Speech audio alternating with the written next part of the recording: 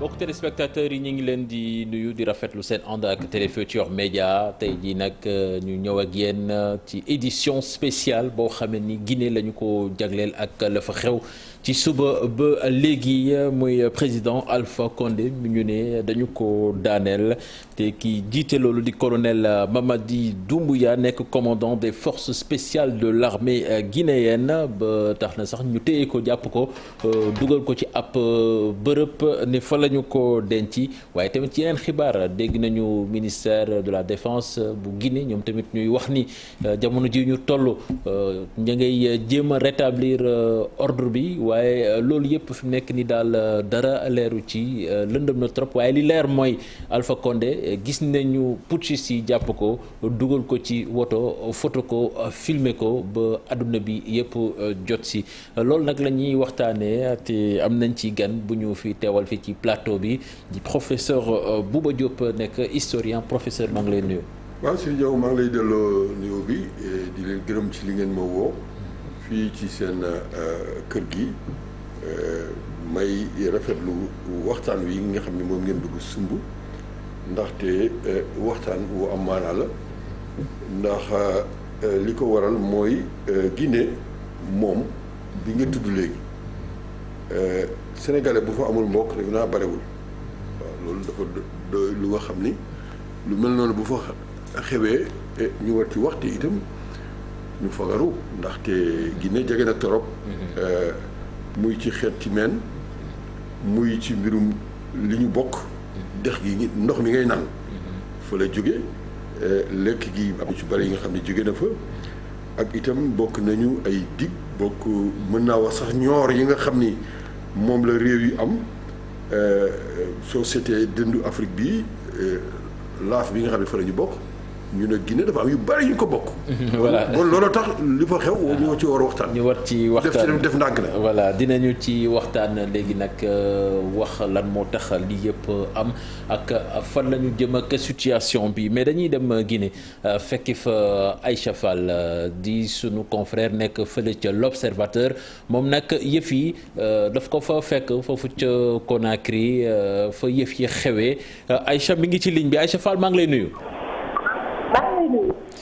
voilà Aïcha Fall yëf yi kon foofu la fekk ca Conakry jamono ji est-ce que mën nañu xam situation actuelle réew mi comme niñ ko waxee Alpha Condé putschistes yi teg nañ ko loxo dégg nañ tamit ci yeneen ni beneen pàcc waa ministère de la défense ñoom tamit ni ña ngay jéem a rétablir l'ordre public te ci askan wi tamit gis nañ ci ay scènes de liesse lan nga ñu mën a wax exactement moo xew actuellement ca Conakry. li am ba am daal mooy scène de liesse yi moom mi ngi continuer et que ministère de la défense su waxee loolu wax na lu ko neex ndax muy caserne yi di li fi policiers yi nekk forom bu ñoom ñëpp ñu ngi ci biti toog kenn jéemul dara ci liesse bi am ci biir dëkk bi donc xale yaa ngi joxante rendez-vous fii maa ngi rond-point Koza mais rond-point Koza boo ko yéegee da ngay dem ba Bambeto mooy place bu mythique bi nga xamante ne lépp luy manifestation Guinée fa lañ koy defee dañuy fay mel ni nga ne place de la nation Sénégal rek moom mooy faral di opposants yi fa la ñuy manifester jeunes yi fa la ñuy manifester donc place yooyu ñoom instant bi ñu ngi nekk ci dans une liesse terrible ba may dugg Guinée dafa amoon couvre-feu à 22h mais yaakaar naa tey couvre-feu bi duñ ko mën a respecter.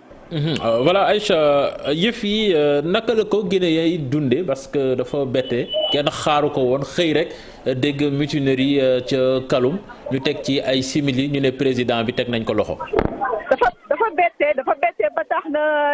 8h ba ñuy njëkk a dégg coup de feu yi ñu ci bëri dañoo jaaxle donc dañ doon joxante coup de fil yu gaaw surtout dans la communauté sénégalaise ku nekk naan sa morom bul génn ndax am na ay coup de feu xamuñu fuñ ñu mujjee.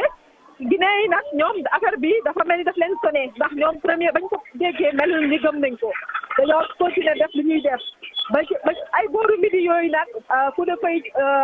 soxna ba 11h ay booru midi yooyu ba côté yi commencé génn rumeur bi commencé leer ne Alpha déposé nañ ko ci la Guinée commencé am fit ñeme génn wane ne ñoom affaire bi kontaan nañ ci donc depuis midi ba léegi ñu ngi ci mbedd yi ñu ngi def ay rodéo avec leur moto le principal moyen de transport ici ñu ngi sottante ay ndox je pense que fii maa ngi sooy xepp parce que mënoo taxaw foo xam ne sottiwuñ la ndox yuuxuwuñ la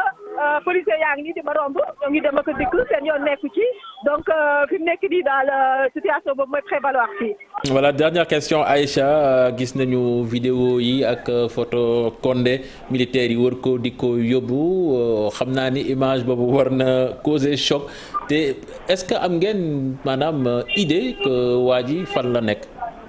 Malheureusement boo nekkee ci mbedd mi ci terrain bi c'est l'information di nga dégg tout et son contraire di nga dégg ñu ne Dalin jàpp nañ ko Dalin def na une sortie en direct à la télé pour dire que kenn jàpp ko mi ngi këram ak njabootam ci jàmm di nga dégg ñu ne ministre de la défense ba woon gaañ nañ ko mais loolu amul ci dara lu leer télé yi waxuñ ci dara lu leer c'est le même cas pour Alpha li xew Mali moo xew ci moom moo ko dal mooy que Alpha jël nañ ko leer na jàpp nañ ko leer na yóbbu nañ ko caserne leer na bañ ci pare Doumbouya ak ay équipe am dañoo dem ci télévision nationale def annonce boobee moo andi lees bi ci dëkk bi loolu mooy li leer fii. ñu ngi lay jaajëfal nga moytu manifestant yi nag jéem a aar sa bopp bu baax a baax. Merci beaucoup. Voilà professeur dégg nga situation bi comme ni ko Aïcha waxee yëf yi dafa bette maanaam kenn xaar woon yeewu tey gis coup d'état am Guinée. déet bul wax kenn kañ man mii di wax ak yow. bi ma déggee mbir mi tey ñaar ñi moo jëkk woo kenn kii seen naatangoo la ci yéene kaay yu mag a mag lay liggéey. Alpha Condé xaritam la dama ko woo ni ko lu ma la waxoon ne woon naa la sa waa ji fii ak jamono bu deful nànk bopp bi mooy jiitu wala tànk yi. loolu mënoon nañ ko xalaat après élection bi ak coow li mu. waaw surtout ci gaawaay bi. waaw xëy na waaw xam nga nag itam booy def mbir. bu jotee dafa yomb waaye yow xam nga ni bett la dem nga ñu ni la yow liñ lay jox. ñaari yoon lañ la koy jox ñetteel bi amul nga forcé ba am yow fa nga toog lu la neex nga wax sa yaram gu la gis xam ni sax yow attanoo mbir yi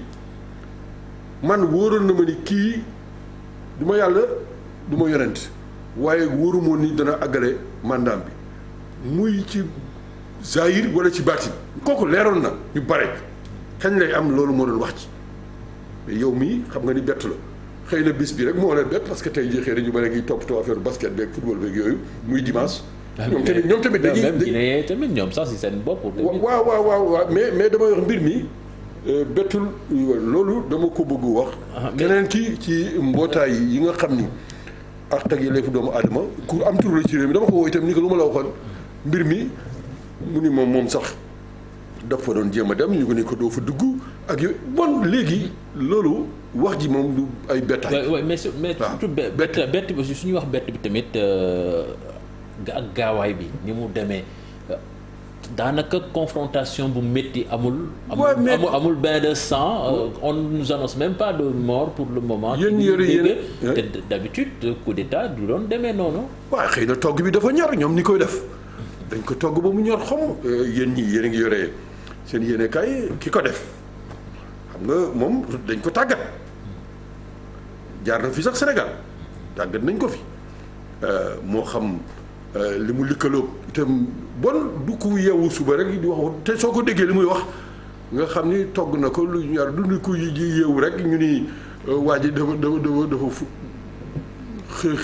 xëy rek wax lu ko neex. ñoom togg nañ ko léegi kañ yàq nañ ko fu mu jëm loolu mooy wax ci te nag Guinée xam nga. magum waxoon naa ko moo gën xamoon naa ko man mii di wax ak yow damaa bokk ci association bu tudd Aide Action kii français yi ñoom ñoo ko yore ñoo ci ëpp doole bi ñu at bu nekk dañuy daje jàngalekat yu baree fay nekk suñu daaw bi ñuy dajee Togo lañ doon daje at bu nekk mais ren jii dañ ko defee ci yéen kaay yu bees ma ni leen du ñu wax ci mbirum politique bi Guinée Sénégal ak Guinée rek la ñu booleel xam nga ñoom dañuy xool adduna ni mu déwee Burkina ak Mali yooyu mais Sénégal ak Guinée bi ñu nekk rek dañuy wax ci situation bi ñu ni bu fi kenn wax mbiru politique ñu demati ren jii bi ñu ñëwee kii rapport bi Guinée mi ngi ci. dañ ni ñeenti mbir moo am ci Afrique soowu jant li ñuy wax mbas mi ñaar xeex bi metti yi am yi nga xam ni affaire diine naqar ñeenteel bi ñu ni nañu def syndicat yi. ñu ngi bëri ci réew yooyu te dana yëngal bu baax. ñeenteel bi nag ñu ni nañu def ndànk élection yi fa amoon tànnum njiit yi dana yëngal réew mi kooku bind nañ ko fii wax ko bon xamoon nañ ni keroog bi may wax suñu daje bu mujj bi moo tax 2 weer xamoon nañ ni Guinée mi ngi ci jafe-jafe yu mag a mag kooku ñi mu bett barewul de. xëy na am na ñu mu bett mooy ñi nga xam ne xëy na yaakaar nañ ni Alpha yi mu doon wax am na doole ak yooyu. mais bettaay comme ni ñu ko waxee léegi rek togg bi ni mu gaawee ñor. togg bi ñor na ak tamit bi ñu ñëwee confrontation bi méttiwul mu mel ni armée républicaine peut-être que xanaa dañoo teel a xool xam ni lii jarul riposte nañ leen bàyyi ñu matal seen i yéen. xam nga liggéeyu soldats yi yéen ñi yore seen caméra bi tey boo amee ñu jot jëlal seen caméra bi ngeen ni ko mu dem topp booru géej gi fii boo gisee daañu wane soldats yi soldats français yi soldats Sénégal ak soldats Guinée ni ñuy entraîner bon nga xam ni dara bettul ñi nga xam ne ñu ngi ci mbirum soldats yeeg yooyu xam nañ ni ñoom affaire yi xëy na yéen kenn journalistes yi ak ñun mais ñoom ba ñuy entraîner ak di tàggat yàgg na de. kooku boo xool soo demee yéen a kaay boo demee ci nataal yi sax nëbbuñu ko boo gisee ñuy wan soldats yi entraîné ci suñu diwaan bi yu Guinée bokk nañ ci de te defe naa Sénégal ñëw nañ fii dañuy dem France dem nañu fu nekk donc soldats yi ku yaakaar ni dañuy yeewu suba rek naan seen café daal di def lu ñuy def kooku yow yaay nax sa bopp. waaye nañu xam ba xam fu muy mujjee waaw bu pënd bi wuree yëf yi dana gën a leer. voilà léegi jot nañ fi benn communiqué sax bu CEDEAO je pense qu'on va le lire d'abord en français la CEDEAO qui note avec une grande préoccupation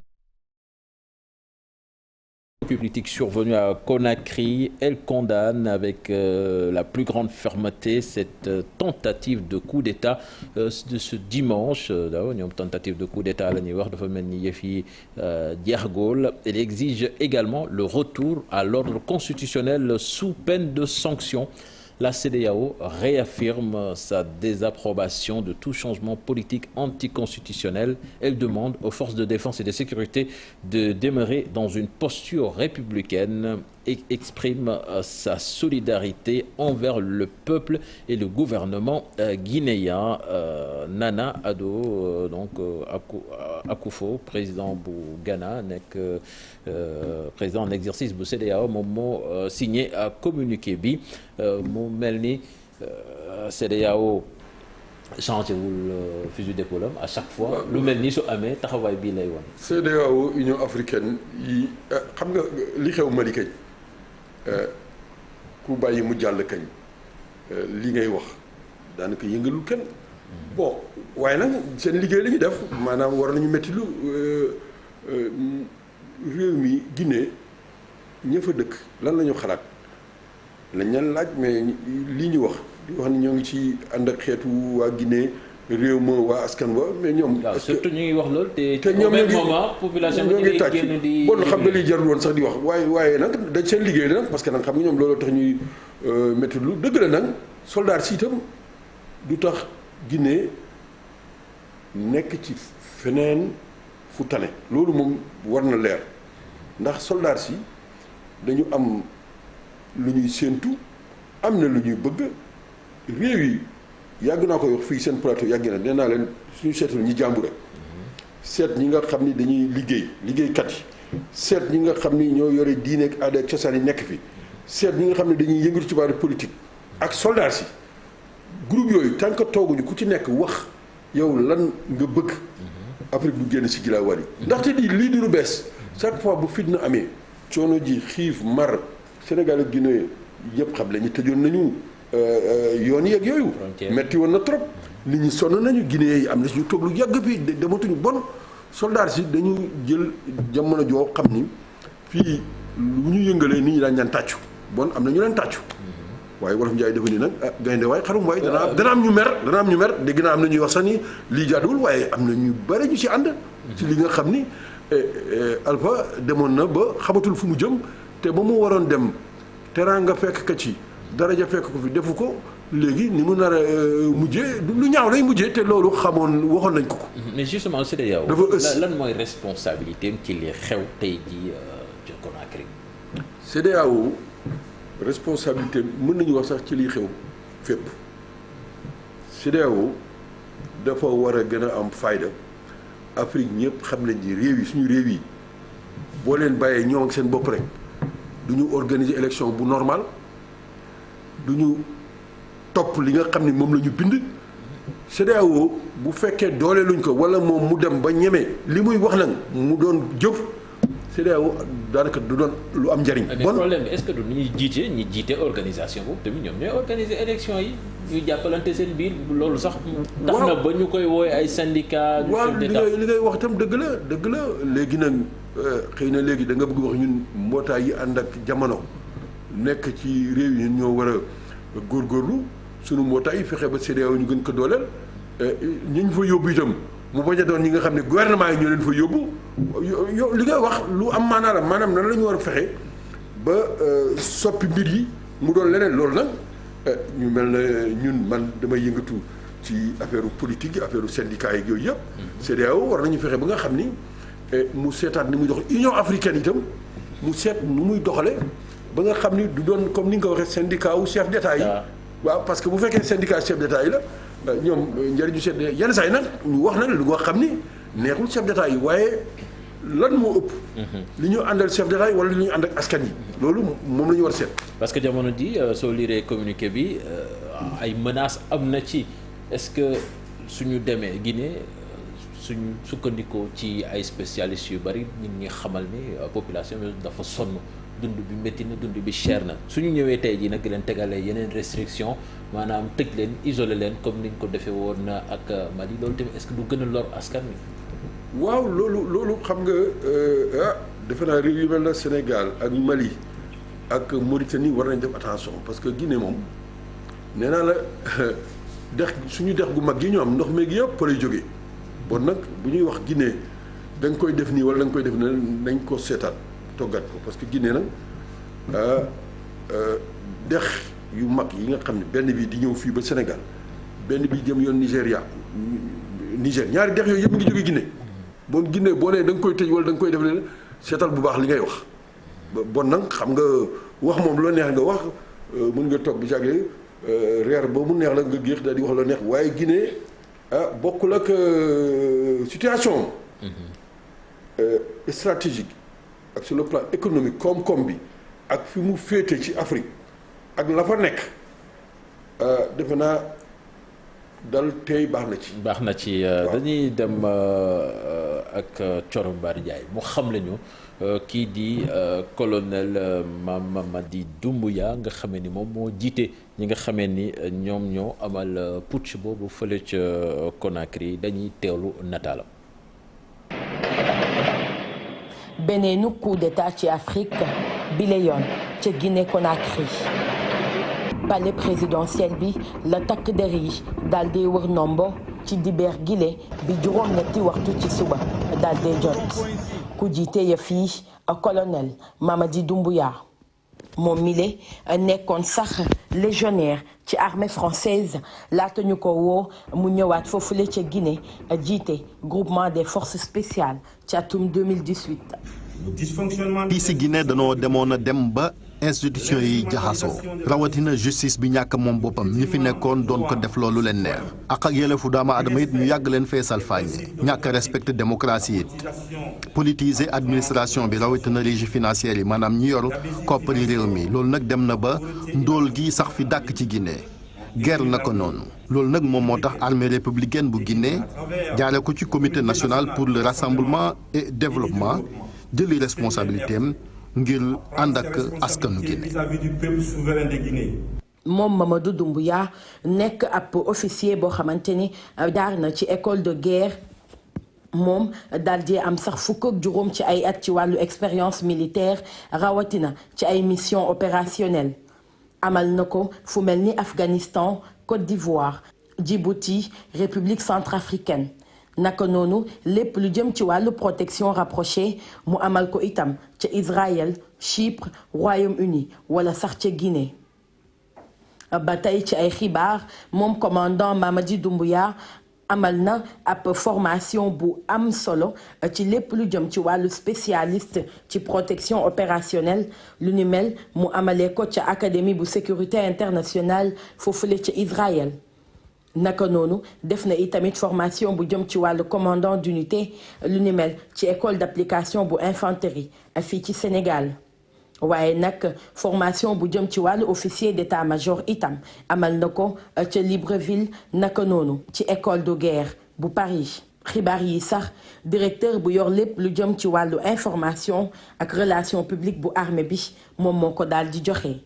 colonel Mamadi Doumbouya jàpp Malenke jóge ca région bu Kankan moom mi le daal moo jiite rek lu jëm ci coup d'état bi foofule ca Guinée.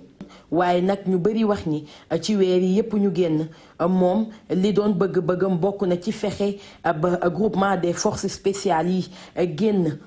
bañati dépendre ci ministère des défenses daal di moom boppam. Nous avons décidé ainsi après avoir. biñ jëlee boobee dogal nag ci lañ teg loxo njiitu réew mi ngi ci jàmm fi mu toll nii dissoudre nañ constitution bi gouvernement bi it amatut dakkal nañ ko. tëj nañ frontières yi muy ci suuf ba ci jaww ji may sàkku ci militaires yi ñu des ci caserne yi tey sàkku di aar askan wi di nekk ci seen bëgg-bëgg buggu nit la fi xewoon xew fee erreur passé yooyu dañ cee tirer ay leçons. qualité yi nga xam ni yépp ñi amal bi le coup d'état am nañ ko tax na rek situation bi daal di xaw a doy waar foofu la ca Guinée Conakry ñu fàttali ni Alpha Condé ñi ngi ko falaat ci élection présidentielle yu 18 octobre atum 2020 yi nga xamante ni sax ci ay violence lañ ko amale woon. voilà Thierno Mbar Ndiaye sunu naataango bi di Barka Ba tamit du ñu xamal ni sax moom lieutenant colonel Mamadi Doumbouya jaar na fii ci EAI bu Thiès école d'application de l'infanterie Thiès ci formation bu mu fi doon amal te nga xamee ni Alpha Condé moom moo ko fi yebaloon mu mel ni waa ji xam nañ ko fi bu baax fekk lii wax ngeen lépp non seulement xam nañ ko fi bu baax waaye moom xam na Alpha bu baax Alpha moo ko tànnoon. teg ko fi mu ko teg bon moom dem na ba gis am lu mu xam ci mbir mi te bi mu koy def xam na ni bu ko defee fu mu jaar li muy def antu bon ñi yaakaar ni mbir mi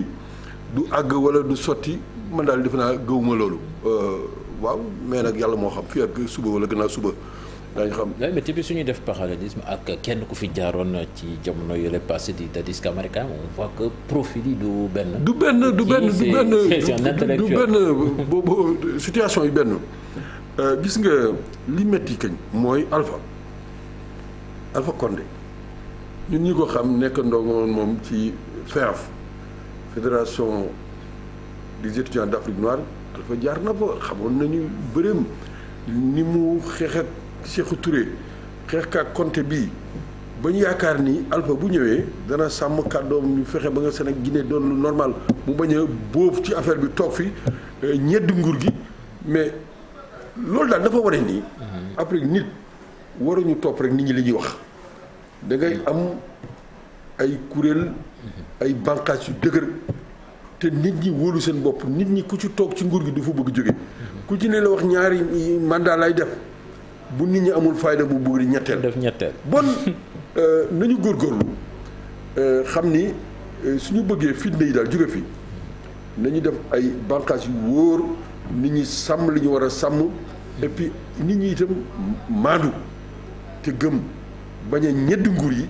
loolu fekk mi ngi am fitna du fi jóg te ku yaakaar ni du la dal dana ñëw Alpha ku koy naagu woon na yaakaar na nii moom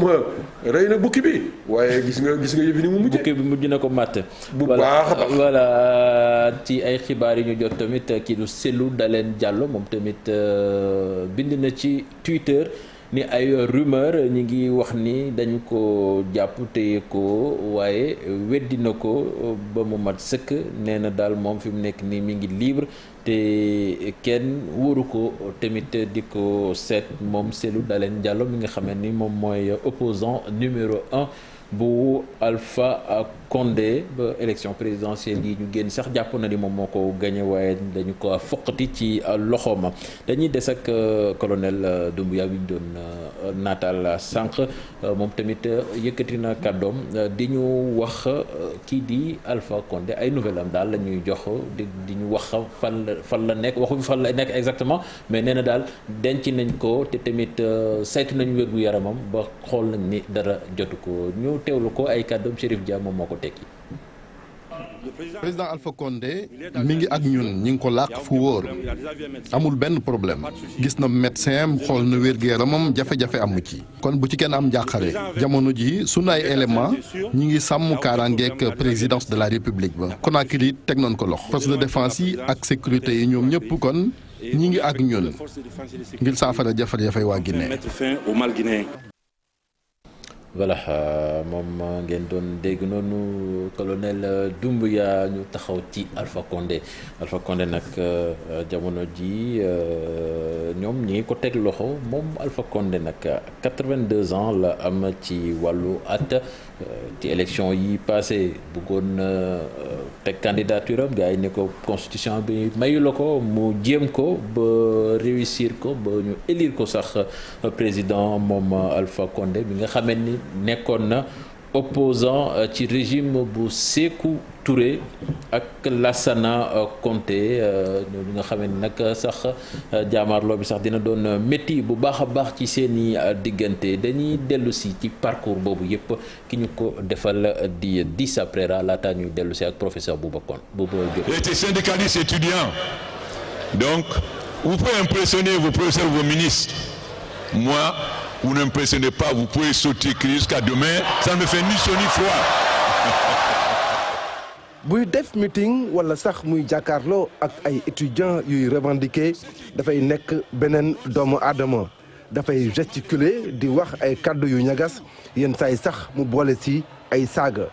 Alpha Condé am réputation nit ku gaaw a mer waaye homme politique bi nekk ku am pas-pas waaye tamit ku bari combativité Sékou Touré ak Lansana Conté bu ñu doon dund ba tey dañu weddi li ni mel. atum 1991 la Condé ñibbisi Conakry ginnaaw ay at ya mu nekk exil ca France mu bokk ci élection yu 1993 ak yu 1998 ginnaaw bu résultat yi génnee lañ ko jàpp daal di ko tëj ci kaso bi ñu ko doon toppee atteinte à la sûreté de l'État ginnaaw gi sax la am grâce présidentielle bu Lansana Conté waaye laata loolu régime bu Sékou Touré condamné na woon Condé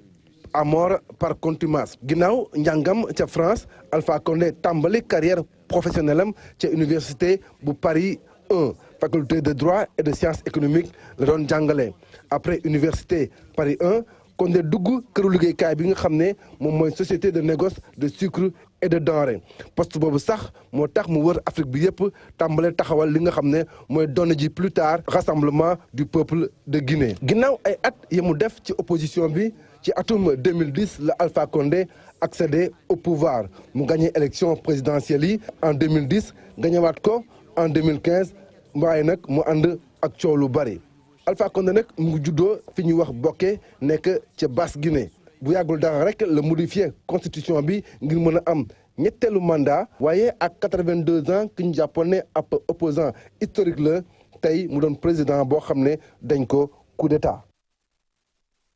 voilà merci Dissa Préra ci nataal boobu professeur yaa ngi koy junj sànq Alpha Condé ak fi mu jaar yëpp nan la ñu yegsee ci situation bu mel ni koo xamee ni yow nekk nga nag Sékou nu mu tuddati Sékou Touré mu noot la xeex la teg la injustice bu nekk nga ñëwaat tamit ak Lansana Conté tamit pareil tey jii ñëpp doon xaar yow soo ñëwee nga rétablir maanaam li ñuy wax justice démocratie waaye ñu ci ëpp safaan ba lañu gis. waaw lii am Guinée lu am maanaa la ñiy jàngat ci mbiru politique ak mbiru xew-xew jamono xam nga moom dafa mucc mooy ko nga xam dafa sowe xam nga Sékou ba ma rab maa ngi fàttali fii bi mu ñëwee Sénégal ndeysaan ñu dóor ko fi dóor yu metti ñu fexe ba mu génn ambassade ba fii ñu doon def ay marche yéen ngi fàttali ko yooyu yëpp Alpha amul coono bu mu dajul fii nit ñi jàppale ko amul coono bu mu dajul bi ñu nekkee France aussi dafa doon xataraayu ñu dem bay wax ni moom mu bind na benn téere bu nga xam ni Guinée daanaka du si jamono Sékou Touré du dara booba xam nga ñu bari dañu bëggoon Sékou Touré gi moom ni mu muccee dafa am lu nga xam ne moom la ñuy wax mucc gu jur musiba ci français am nañu koy tuddee ñuy gëstu les rescapés chaotiques mooy ñi nga xam dañu génn ci coono indi nag musiba ci seen réew dañu bari nag ci Afrique nit ñi ànd ak ñoom ñu yirandoo bu ñu ñëwee la ñuy def yenn saa yi mooy yées ña fa nekkoon loolu jàngat la riirandoo ak wax ju rëy fëgg dënn warul tax nit ñi dof ni kii daal li fi nekk baaxul képp ku ñëw bare coow te xamoo waa ji bu baax kan la ak lan mooy jikkoom ak li muy def ñan lay àndal musiba la loolu musiba yooyu moo ñu dal te nag xam naa ne jeexul beneen mbir mi muy wan mooy dañu war a xam lan moo ràññale bokkantu ak bokk dëgg bokkantu mooy ñi nga xam ni dañuy woote démocratie waaye démocratie bi dafa leen di may ñoom ñu toog sa jalba waaye ba ñu toogee dañuy siis foqale duñu bokk ak kenn loolu mooy bokkantu maanaam dañuy mbubboo baatu démocratie ak république pour toog bu ñu ñëwee ñoo yées sax buur yi yooyu itam nit ñi dañu war a yeewu ràññee leen ci lu gaaw bu dul loolu musiba dañuy yéexal mbir yi rek bokk dëgg mooy ku nangu ni ñëw la nga wax nga gëm ko wane ko bañ a woo sa ay mbokk ak sa ay nijaay ak sa ay maam ak sa ay baay ñu toog si jal bi lu ñëw nga jël sedd leen sedd sa bopp loolu jamono buur yi loolu amatu fi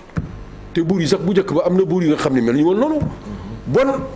li dal Guinée xëy na ba tey li may ñaan mooy mu gën a yee nit ñi waaw alpha bii ñu bëri amoon nañu yaakaar ci moom suñ desee ci alpha sax tamit parce que moom jamono ji dafa demoon dafa mel ni amatul woon sax xarit daanaka ay noon rek la amoon ci voisin mi ñi ko wër même ñeneen président grande puissance yi seen digganteem ak ñoom demeetul woon noonu ci koo xamee ni comme ni nga ko waxee surtout combat am de l'extérieur la ko doon mëne soo xoolee fii Sénégal bari na fi ay xarit on pense à notre regretté nu mu tuddati Babacar Touré on pense à Baba Tandian bari woon na fi ay xarit yu ba léegi sax da ko mën la tey jii benn xaritam laa woo tey xaritu benn bakkanam ku nga xam ne da koy invité tout le temps mu ñëw nee naa ko mais yow xamoon nga ni kii musiba lay muti mais nit xam nga bëtu mbëggeel wolof Njaay dafa ni jëli na gàkk-gàkk nga boo bëggee nit yenn saa yi doo nangu lu nga xam ni lii muy def jaaduwul boo ko nangul wax dëgg wala boo koy wax du la déglu loolu lay mujjee bon moom li ko dal li ngay wax rax ci dool yi nag xam nga nit soo amee yenn at yi da ngay xam sa bopp sa doole yu mu gis nga sunu maam yi jëppi jamono Firawna ci jamono Firawna yooyu ak jamono Mansa yeeg yooyu buur dafa am at yu nga xam ne boo fa amee da nga war a dem toppatoo la ngay toppatoo bu la neexee nga yore sa kurus yore ci waaye nekk di dang-dangi te affaire bi attanoo ko mënoo ko moo ko dal am na ñu ni sax yenn saa yi xëy na àndatul ak sagoom am na yu muy wax yenn saa yi boo koy dégg nga xam ni kii ku normal di ko wax di saaga ak di dóor comme ni nga waxee mel na dafa naan bisaab ah yooyu xamoon nga ko te nag ñi ko jege xam nañu loolu xam nga ñi la yab bu ñu demee ba gis yow fa nga nekkee te yow dara nekkatu fa mais dañ lay ñëw fël nga daanu loolu moo ko daal ñi ko daaneel xam nañ ñi dara nekkatu fa bon ñiy wékku ci moom yaakaar dana dellu si waat nañu dem tëddi nelaw mais tamit suñu président yi tamit est-ce que du loolu moo leen di sonal des fois entourage bi parce que ñoom sax mën nañ dem ba yëfi duñ ci bëggati dara mais ñi bootu si ñoom ñoo leen di forcer téye leen ba lu mel nii di leen ciy fekk. waaw nit dëgg da ngay am fayda ak yow xam itam li nga bëgg ak itam jiital na li ma la ko waxee nee dégg maadute sa nijaay yi sa maam sa jabar mais ñoom du ñoo la fal ak lu ñu la wax te ñi ci bare boo daanoo mu mel na daanaka mos ñu ànd ak yow bon nag yow yaay seet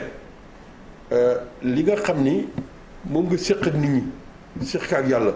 waaye nit ñi boo leen di déglu man mii wax ak yow toog naa benn bis waaye ñëw fekk ma sama bureau di ma ci damaa gént nga nekk président de la République ma ni ko ah bon mu ni ma woy ma ni ko lu tax mu ni ma damaa gis nga yëngatu syndicat yi mais gis nga Niger Seyni Kounté looloo tax mu nekk président benn sëriñu sénégalais moo ñëw ni ko dama gént nga nekk président mu yow suba rek jël coup d'état Yaya Jammeh xam nga itam nu mu ñëwee président mais yooyu daanaka dañ ko war a génn ci réew mi génne ko ci àdduna nit ku ñuy fal maam yi bu njëkk ba buur ku ñu koy sal daay fekk ni yow dañu dem seet ci yow nga amal njëriñ réew mi ñu am lu ñu gis ci yow waaye léegi doole boo ko jiitalee doole moom bu fekkee moo tax nga toog ci jal bi doole moo la fay jëli sàcc ak naxaate bu la taxee nga toog ci jal bi daañu la nax dana am ku la sàcc parce que bi ngay sàcc am na ñu la jàngal ñooñu itam daañu bon nit daal suñu bëggee Afrique dox réew yi dox nañ ko teg ci yoon def tànnum njiit tànnum ñi nekk ci gox-goxaat yi mu doon lu leer nit ñëpp am jàmm naataange yëw nit ñi bokk bu dul loolu musiba rek te fitna nag ñi koy voilà te ci mbir moomu kii di Antonio Guterres moom tamit àdduna ci di ñu wax ni que maanaam il est personnellement très peiné par la situation en Guinée ni yëf yi métti na ko lool ci ab tweet bu mu siiwal moom njiitu Nations Unies boobu di condamner fermement prise de pouvoir du gouvernement par la force du fusil et appelle à la libération immédiate du président Alpha Condé maanaam daal di naqarlu ay nit jël seen i ngànnaay ba maanaam jël réew. alors xam nga situation bi am tey jii gis nañ ñu bari quand même di ci réjouir waaye ci beneen côté bi tamit. baaxul da ngay wax ni coup d'état tamit. mosul doon solution. baaxul di ko man li ma la wax nee naa la du tax mbir mi sotti moom li ko dal metti na li ñuy ñaan kañ. loolu nag dañ ko war a ñaan ndax am na mbokk ku nekk am na mbokk fexe ba am feneen fu ñu ko yóbbu Guinée moom xam naa ni bu fa toog itam fitna lay am te moom comme Sénégal moom président bi nag dafa naa jubóowuñu trop man xaw ma ndax Guinée Bissau Mauritanie moom nag xam nga Alpha ñi mu jubóol nañu se xam naa ni Guinée ak Algérie moom amoon nañu ay relations yu baax a baax ñoom gis nga boo seetee ay passeport ak yooyu Algérie itam ñoo ngi ci fitna man daal xam naa ni nañu fexe ba bañ ko gaañ mag la suñu comme ni nga ko waxee mbokk la nee naa la fii man mi wax yow suma ay maam yi ñoo ngi jóge Fuuta Touba ci Guinée am na ñeneen yow xëy na yow sa mbokk nga fa bon nañu fexe rek ba jàmm ñëw parce que lu ko dal dana métti ñëpp suma xarit yi may wax ñu bokkal association bi tey jii naa leen téléphoné bu laaj leen Guinée la fa nekk suñu mbokk yi jaar fi dindee felo yore seen walis yi Guinée ak Sénégal ñoo nga fay jaar ba léegi yooyu yëpp dañuy bëgg mu doon na mu doon mel nañu mbir mi gaaw a dal. mu gaaw a sotti waaye Guterres la mu wax. président wu Ghana ana ka lu mu wax yooyu yëpp dëgg la nañu fexe ba Alpha mu mucc nag ñu seet fu ñu koy yóbbu parce que Guinée moom xam naa ni dana bu fa toogee léegi yaa ngi wax mbirum Cellon Diallo xam naa ni fu mu mujjee. élection dana ami kañ lay ami. ndax ñoom seen daal ñooy ñëw wala ñeneen ñooy moom beneen affaire la justement mais dana am nañu taxaw ci foofu sax militaires yi ñoom tamit militaire dañuy wax ni dañuy defaat élection rek daañu ko daañu defaat élection te nag bu ñu defee élection ñoom tamit képp ku ñëw toog tant que armée itam waxuñu leen seen place fan la ñu ni armée dañ leen war a former mu nekk armée républicaine ñoom ils n'ont qu'à s'organiser militaire la ñuy wax ak seen revendication ñu koy wax nit ñi di ko jot parce que loolu itam ñu koy nëppal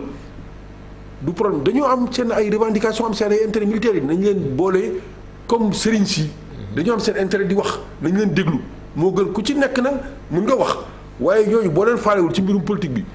dañuy wax de dañuy wax te dañuy jëf bon nag su ma juróomi baaraam yi ma la waxoon bu ko fàtte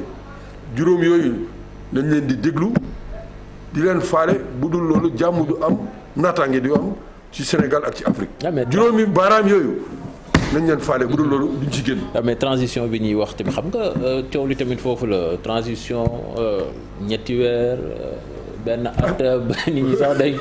mais militaires yi ñoom tamit suñ demee ba ñam ci affaire bi duñ bëgg a bàyyi. waaw mooy li ma la wax rek ñii nag dafa mel na ñoom li ñuy wax. togg nañ ko xaw ma na. waaw parce que discours bi soo ko déggee sànq li mu wax ñëw ñu. démocratie dissolution constitution bi maanaam daal. waaw Guinée daal xam naa ni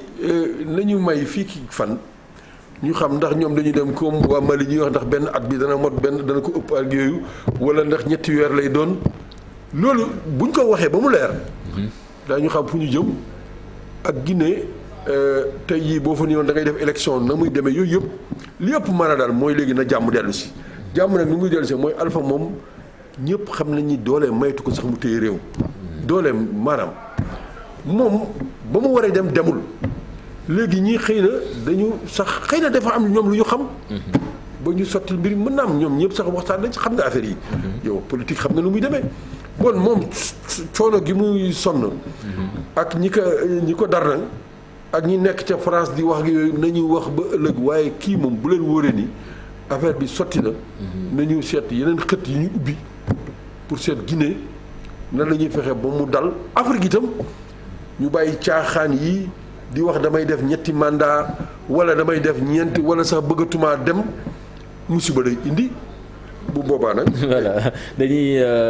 dem déglu kii di Alioune Tine moom nag moo nekk fondateur de think tank Africa Jom Center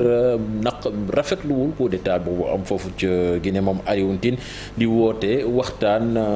bu yaatu ci diggante dirigeant africain yi CEDEAO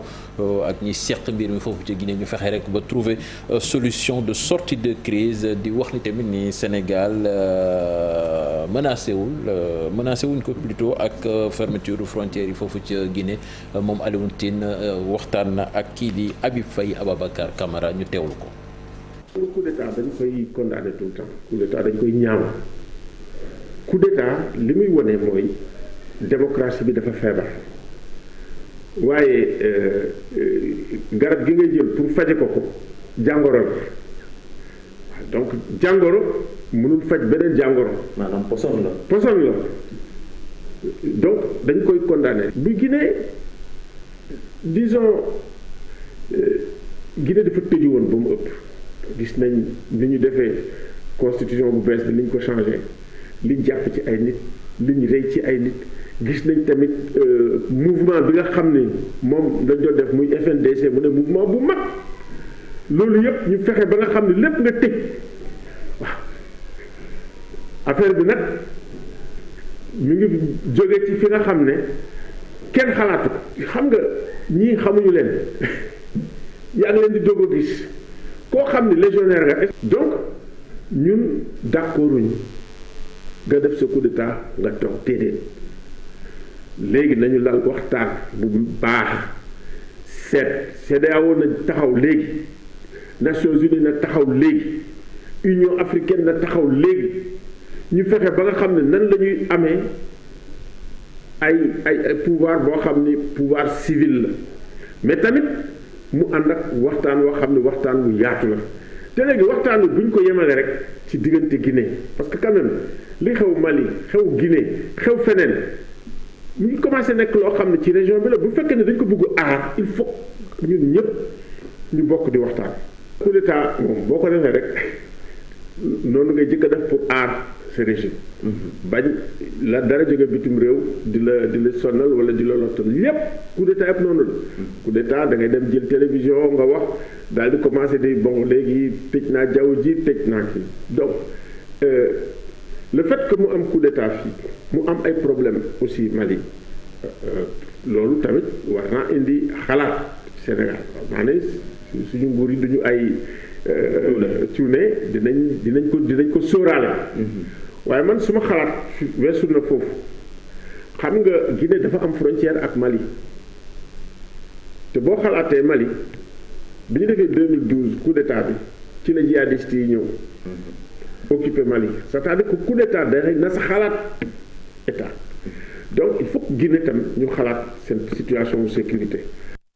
voilà professeur dégg nañ ko moom Alioune Tine yëkkati ay kàddu yu am solo yu ci mel ni pouvoir bi delloo ko civil yi ak tamit wax na ci wàllu sécurité mais déjà comme ni nga ko doon wax pouvoir bi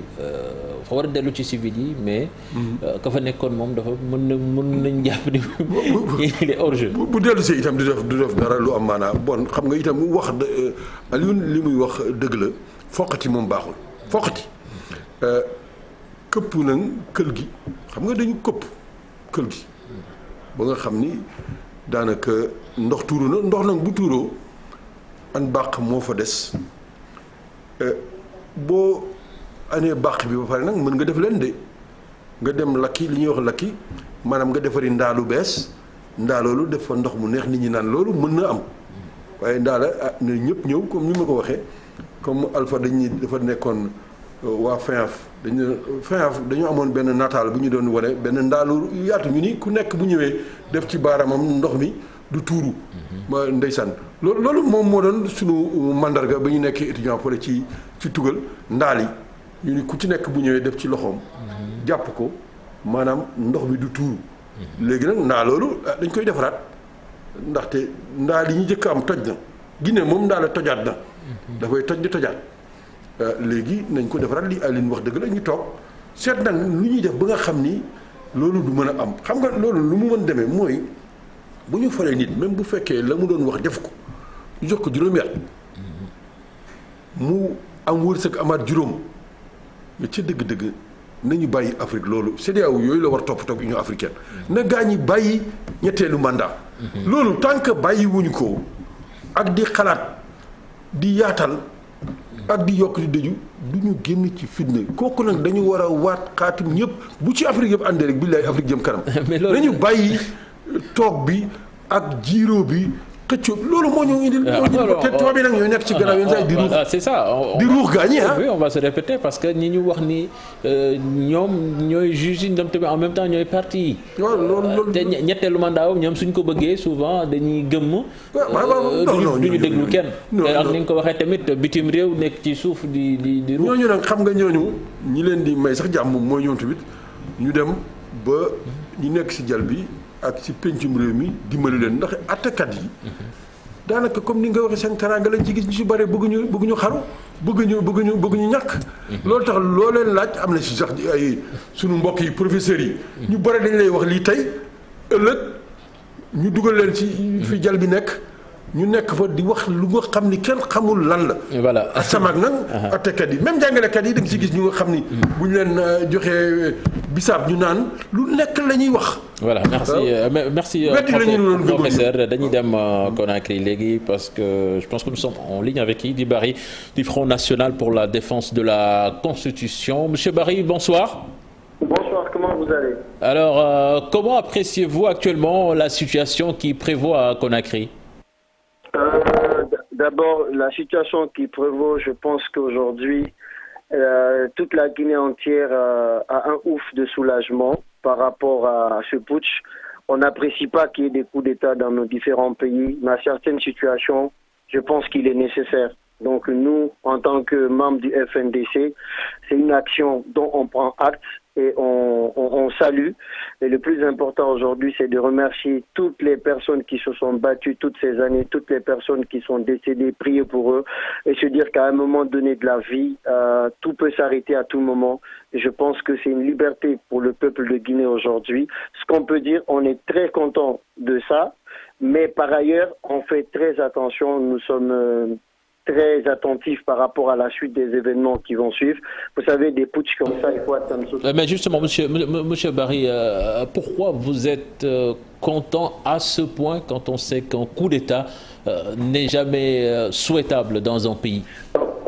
Moi, par exemple, en tant que coordinateur du FNDC Sénégal, ma première satisfaction, quand on vous prive de votre liberté, quand on vous prive de votre droit de voter, de participer au processus électoral de votre pays, je pense que si ce système change, parce que nous, notre combat, il était bien clair, on se battait pour le respect de notre constitution, on se battait pour que notre pays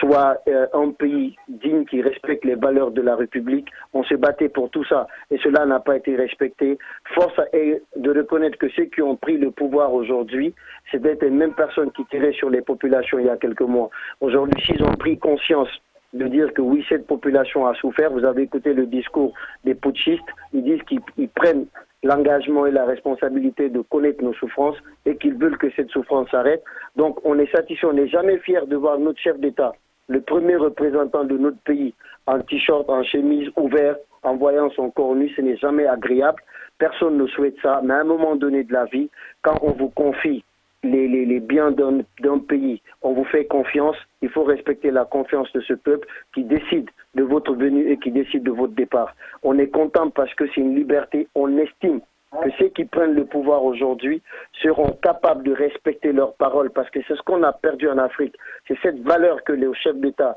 nos hommes politiques ont perdu. C'est de respecter la parole donnée, c'est de respecter ceux pour qui ils sont venus diriger. Et malheureusement, ça ne se fait pas. Il y a des coups d'État, c'est pas que la Guinée, le Mali et dans d'autres pays, ça se passe. Et c'est très triste de voir ça dans notre pays. On aimerait qu'on nous appelle pour dire que la Guinée a inventé quelque chose, la Guinée a fait ceci. Mais malheureusement, on appelle pour un coup d'État. Et pour toutes les personnes épris de justice, on ne peut être que satisfait. La preuve, les militaires sont dans les casernes. Les populations sont en train de manifester. Moi, je suis à l'abbé comme ça. Je suis en face. Il y a plus de 10 000 personnes qui sont dehors depuis 16 heures, qui sont en train de manifester leur joie. Ça veut dire quelque part que les gens sont un peu libérés. Voilà, Monsieur Barry, vous l'avez dit tout à l'heure que vous êtes en situation d'observation. Vous attendez quoi de ces putschistes? D'abord, vous savez, ce qu'on attend des putschistes, ils ont des motivations qui les ont poussés à prendre le pouvoir aujourd'hui parce qu'ils ont estimé qu'il faut changer. Et à partir du moment où il faut changer, c'est qu'ils déterminent la durée qu'ils vont faire parce qu'on sait qu'ils ne vont pas quitter tout de suite. C'est de déterminer le délai de leur présence au pouvoir et ensuite de se battre, organiser une vraie élection, un vrai processus électoral où l'opposition, les hommes politiques vont se battre pour gagner la présidentielle et établir un état de droit. C'est ça surtout on a besoin. On veut un état de droit où les principes, les valeurs, la dignité humaine est respectée. Vous le savez comme moi, ça fait 10 ans que la dignité des Guinéens est bafouée. Ça fait 10 ans qu'on tue des gens, ça fait 10 ans qu'il y a de l'injustice, ça fait 10 ans qu'il y a des jeunes qui sont compétents, qui sont allés faire des études dans différents pays, qui sont revenus, qui n'ont pas de boulot. Ça fait 10 ans de gabégie. Vous faites 450 km entre l'Abbé Conakry, vous faites 72 heures de route. Il n'y a pas de route, il n'y a pas ceci, il n'y a pas cela. Nous voulons une bonne éducation. Les résultats du baccalauréat viennent de tomber sur 94 000 candidats et quelque chose comme ça. Nous n'avons que 9 000 admis. C'est triste, 25% d'aller au baccalauréat. Notre système éducatif est bafoué. Tous les Guinéens vont se soigner au Sénégal. En fait, on a envie d'avoir un pays de droit, un pays digne de nom, où on ne parle que de développement, où on ne parle pas d'ethnie. Et vous avez vu, force est de constater, on parle d'ethnocentrisme en Guinée, mais ceux qui ont fait le putsch à la tête, c'est pas un Peul, c'est une autre ethnie qui l'a fait. Aujourd'hui, nous demandons à ces putschistes de respecter leur engagement, de respecter le peuple de Guinée. Ils sont citoyens avant d'être des militaires. Ils sont citoyens guinéens. S'ils sont épris de justice, ils organiseront des élections libres et transparentes. Ils se battront à ramener les fils dignes du pays afin qu'en compétence égale, chance égale, que ceux qui ont appris des choses, qui ont des projets développent notre pays. On ne demande pas grand-chose. Mais on ne veut pas aussi que ces putschistes aient un clash entre eux. C'est pourquoi je vous dis, il faut attendre 72 heures, 4 jours pour voir, parce qu'il y a un problème interne entre les responsables de l'armée, le chef d'état-major de la gendarmerie, le chef d'état-major des forces spéciales. Il y a beaucoup de problèmes dans ce pays, l'opposition par-ci, les populations par-là. Aujourd'hui, on a un ouf de soulagement, mais en même temps, on a un peu peur quand on sait la suite, quand l'armée prend un pouvoir dans un pays, si les institutions, la communauté internationale, la CEDEAO, l'Union africaine, ils n'ont qu'à se bouger et dire la vérité à nos différents chefs d'État que ça ne peut pas continuer. Les mandats à durée indéterminée doivent cesser en Afrique. Il faut se poser des bonnes questions. Aujourd'hui, le monde est en avance, mais l'Afrique ne fait que reculer à cause de nos hommes politiques. Donc nous, on n'attend rien de ces putschistes que le respect de leurs engagements, organiser un processus électoral digne afin qu'il y ait des élections libres et transparentes et qu'on ait un président légalement élu et qui va définir un plan de projet de développement pour l'avenir de la Guinée. C'est tout ce qu'on demande. Dernière question, Monsieur Barry, vous l'avez évoqué dans vos propos même. Quand même, que pensez-vous de ce communiqué de la CEDEAO qui demande la restitution du pouvoir aux ayants droit? Je pense que, excusez-moi du terme, je pense que ces gens-là ne nous respectent pas. Ce qu'on appelle, je ne sais pas, CEDEAO, Union africaine, ces gens-là ne nous respectent pas. Il faut qu'il y ait une CEDEAO des peuples, pas une CEDEAO des individus. Moi, je considère ces personnes-là comme des individus parce qu'ils ne pensent qu'à eux. Ils achètent des costumes à $4 000, ils ont des parfums, des Gucci et tout, et ils dorment dans des hôtels 5 étoiles. Ils ne trouvent aucune solution. Ces gens-là, ce n'est pas une solution pour nous. Je pense que ces institutions-là doivent être dissoutes et que l'Afrique décide pour elle-même. Les populations n'ont qu'à décider pour elles-mêmes. Ces gens-là ne peuvent pas changer quelque chose.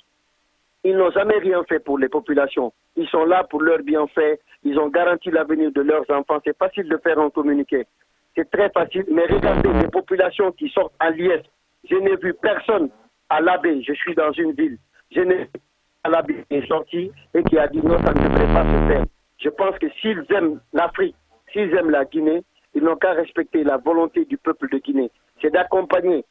cette junte militaire à organiser un processus électoral digne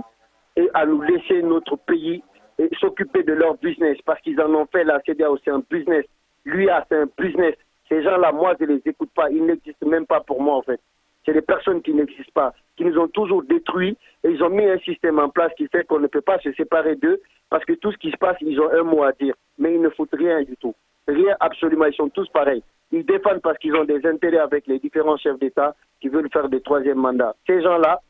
il ne faut même pas qu'on parle d'eux. Ils n'existent pas. On les a vus pendant le temps du FNDC. Ils viennent à Conakry, ils nous racontent de belles paroles. Ils viennent au Sénégal, ils nous racontent de belles paroles. Ils sortent avec des millions d'euros, des centaines d'euros dans leurs poches, dans des mallettes. Ils rentrent. Ce n'est pas des gens qui aident l'Afrique. Pour moi, l'Afrique doit se rebâtir autrement. Il faut changer le système de gouvernance en Afrique. Et ça commence par ces institutions-là. Nous, on en a marre d'eux. Ils ne font rien. Mais malheureusement, nous n'avons pas une force de déstabilisation contre eux parce que le système, il est tellement fort que tu ne peux pas les échapper. Sinon, nous, notre génération, on ne les sent pas, on ne les gobe pas. Ce communiqué n'appartient qu'à eux. Ils n'ont qu'à respecter la volonté du peuple de Guinée. Merci Idi Barry du Front National pour la défense de la Constitution. Nous étions vraiment heureux de vous avoir en ligne. Voilà, bonne soirée. Voilà, dégg nga ko professeur société civile ba ñoom tamit dafa mel ni yëf yi gis nañ ci seen bopp. waaw li mu wax am na solo am na maanaa mën nañ ci jàngat lu bare bare benn mbir bi mooy li nga xam ni am na xam nga Guinée la fa xew am na ci réew yu bare dafa am benn tab bu fa nekkoon tab bu dijji ñor bënn nañ ko léegi nag xëy na Doumbouya nee nañu mooy docteur bi bënn tab bi xëy na war na yam ci li mu def waaye buy jéem a raay tànku ki nga xam ni moo amoon tab bi jéem a def yi leneen day xaw a jafe dana xaw a compliqué bon loolu mooy li am mooy tab bi moom bënn nañ ko ndax waroon nañ ko bënn waruñu ko bënn kooku moom jaratul ñu ci wax ñaareelu mbir bi mooy nëmm maaral bi dafa war a dakk ci réew yi maanaam nit ñi toog di seetaan rek boo la dara dalee am na ñu bëre am na ñu si ñàkk seen bakkan mais ñu si bare bu ñu jógoon xëy na yëf yi du àgg foofu bon nit ñi itam nañ ci jàng loolu xeex bu jotee da ngay xeex benn yoon moo gën nga toog rek ci keppaar gi di jooytu rek léegi jëf nag moo des jëf li mu ko waxee ci Guinée dañu war góorgóorlu nawloo daal di nekk ay ñuy bokk di nekk ci réew ma déggoo nag ndaxte bu déggoo amul fa lay daaneele xam nga Guinée xaw ma gis nga am na lu mu rëccal dafa rëccal nag nee na ki def mbir mi bokkul seen xeet moom xam nga loolu la wax bon xam nga ni Guinée am na ay jafe-jafe yu nga xam ni itam mi ngi feeñ lu fa nekkoon te nekk fa ba léegi bu ñu bàyyiwul mbiru xeet yeeg waaso yeeg ci politique dina indi jafe-jafe xëy na nag waxul lépp waaye man daal yaakaar naa ni même soldats yi bu ñu bëggee ñu jaar beneen yoon génn ci fitna bi tànnum njiit yi ñëw ñaari mbir moo mën a am ñu booleendoo yëpp gox yeeg goxaat yi ñi nar nekk ci jal bu mag bi penc bi ak ñi nar nekk également ci jal bi gën a mag ñu defandoo ko wala ñu dooree gox yeeg goxaat yi xam nga gox yeeg goxaat yi moo gën a yomb ndaxte ñoom ku ci nekk am nga gox boo nekk ñu xam waaye bu ñu nee bëreet jiital ka ñuy fal ku nekk sa njiitu réew ma ragal naa ni voilà ñaaxam yi ñëwaat bon nag Guinée fii ñu nekk génn ci di lu yomb nag te ku leen bëgg itam na leen ko wax nañu seet bu baax bu ñuy tànn lu ñuy doore ndax dañuy doole doo ñett yëpp pencum réew ma ña sa puj ba ak ñi nga xam ne dañ nekk ci gox goxaat yi wala ndax dañuy def bennal te bu ñu nee bëreet xam nga ñu jëkk ni wax ni Cellou Diallo jàpp nañ ko ñuy wax jàppuñu ko ak yooyu yëpp dafa am yu mu dinañu ci ñëwaat léegi professeur ñi ngi ci ligne bi tamit ak Fatou Thiam moom bokk na ci fédération guinéenne pour le développement de la citoyenneté et de la solidarité Fatou maa ngi lay nuyu. maa ngi lay fay Chérif maa ngi nuyu ñi nga toogal ci plateau bi yëpp. voilà yow ban jàngat nga am ci li xew tey jii fële ca Conakry ak coup d'état ba ñu yeewoo. waaw maa ngi présenté wu d'abord man maay madame Ndiaye Fatmata Thiam présidente de la FEGIDES Fédération guinéenne pour le développement la citoyenneté et la solidarité et membre des FNDC Sénégal li xew Guinée man mun naa ne man dafa ma bett malgré que situation bi nu mu nekkee woon depuis temps yi yëpp lii daf ma bett waaye nag léegi comme li am na ba pare ñaaw na nag ci réewu Afrique tey ñu tolloo ba léegi fu ñu toll fii ay coup d'état militaire di am ci suñu yenn réew yi loolu war nañ ko seetaas bu baax pour suñu démocratie parce que lii ñaaw na daal waaye nag dinañu sant yàlla tamit bu baax ndax coup d'état militaire bu mel ni bu amee ci dëkk bu mel ni Guinée bu ñu xam bi ma xam mu demee nu mu demee ni yàlla def ne ay bakkan roccu ci te deret tuurul loolu tamit nañu sant yàlla sant colonel bi ak nitam yi ñi def coup d'état bi ñu ñaan population guinéenne bi suñu problème ñu seetaat bu baax lu ñu war a gën a jëkk a faj suñu biir mooy affaire xeet bii dugg suñu biir nañu indi jàmm suñu biir joxante loxo nekk benn nit nekk bokk ndey bokk baay ñu yëpp ñu xoolante en tant que guinéen bañ a xoolante en tant que kii xeetu bii la parce que loolu mooy gën a jafe faju ci suñu réew mi affaire xeet bi quant à kii colonel Doumbouya mi ak nitam yi def lii ñaan nañu ko moom tamit li mu wax mu bañ a teggi li mu wax parce que jox na guinéen yi yaakaar mu bañ a tas see yaakaar c'est-à-dire mu jël nguur gi defaraat comme li mu wax teg ko ci yoon delloo ko civil yi ndax gouvernement militaire loolu moom waratuñu ko soxla waratuñu ko indi ci suñu réew yi ndax ñu mun a taxawal suñu démocratie. Je pense que wax bi leer na Fatou Thiam kon ñi ngi lay jaajëfal dégg nga ko professeur moom tamit naqarlu na coup de force bi waaye tamit li ëpp solo mooy population bi ñu nekk ci jàmm surtout problème ethnie yi nga xam ne ñu ngi koy soulever mu bañ a jóg kaw. Fatou Thiam li mu wax loolu la gis na mbir mi bu baax a baax te daanaka bu ñu toppee ci li mu wax. defe naa Guinée war na génn ci jafe-jafe yi te sax Afrique sax am ci mbégte bu rëy parce que Guinée Sénégal Mali Mauritanie li ñu bokk seen dex gi ak li ñu ci def lépp ak leneen lu ñu mën a indil Afrique yëpp mais Sénégalais yi xale yi jóge fii di dem tugal di ci mbëkk meeg coono ji am mais liggéey gàññ am na fii ci Guinée am na ci Sénégal am na ci Mali bu ñu nekkee benn daanaka kenn du ñu ëpp doole ci koom-koom bi ñu am ak doole ji ñu am tey ji yaa ngi wax affaire sport bi mais xale yi Guinée Mali Mauritanie Sénégal yi bu ñu nekkee benn Guinée mais kenn ëpp ñu doole même ci Afrique de l'Ouest bi. bon suñu amee suñu xaalisu bopp mais kenn du ñu yëpp waaye nag il faut que ñu am fayda ci ñu yeewu. te ñu nekk ci gannaaw di ruux di ruuxaat. mais il faut que ñu woon leen ni ñun dofuñu. te réew yi ñoo bokk comme ni ma la ko waxee falaa doore ñun ñëpp benn lañu ku fi sa maam boo seetee téeméeri at ñaari téeméeri at Guinée wala Mali la jóge wala Mauritanie wala réew yooyu itam ñu bare Sénégal la ñu jóge dem nekk foofu bon nañu nekk benn. bu ñu nekkee benn ñu dal te nag itam. comme ni nga ko waxee ñu bañ a seetaan. ndaxte coup d'état yii di bare ci Afrique li ko waral mooy itam ku ci nekk da ngaa bëgg a doxal na mu la neexee nañu def élection yu normal bu ñu ko defee CEDEAO Union africaine ñëw wax ni élection yi normal na. waaye tey bu CEDEAO nee ni nii bu la arrangé nga ànd ak moom bu la arrangé wul doo ànd ak moom mais du sotti. nañu bàyyi caaxaan. voilà te nag peuple yi nag ñoo war a am fayda ñun peuple africain yi nañu jóg ànd ak waa Guinée. comme niñ ko war a defee ak waa Mali ak waa Burkina lépp lu fa xew mu naqari ñu bon léegi Alpha bañ ko waxee ni na bàyyiwul Doumbouya itam lañ ko wax yow ak sa gaañ yi na ngeen topp yoon. delloo nguur gi parce que militaire nag waxuñu leen ngeen jiite réew.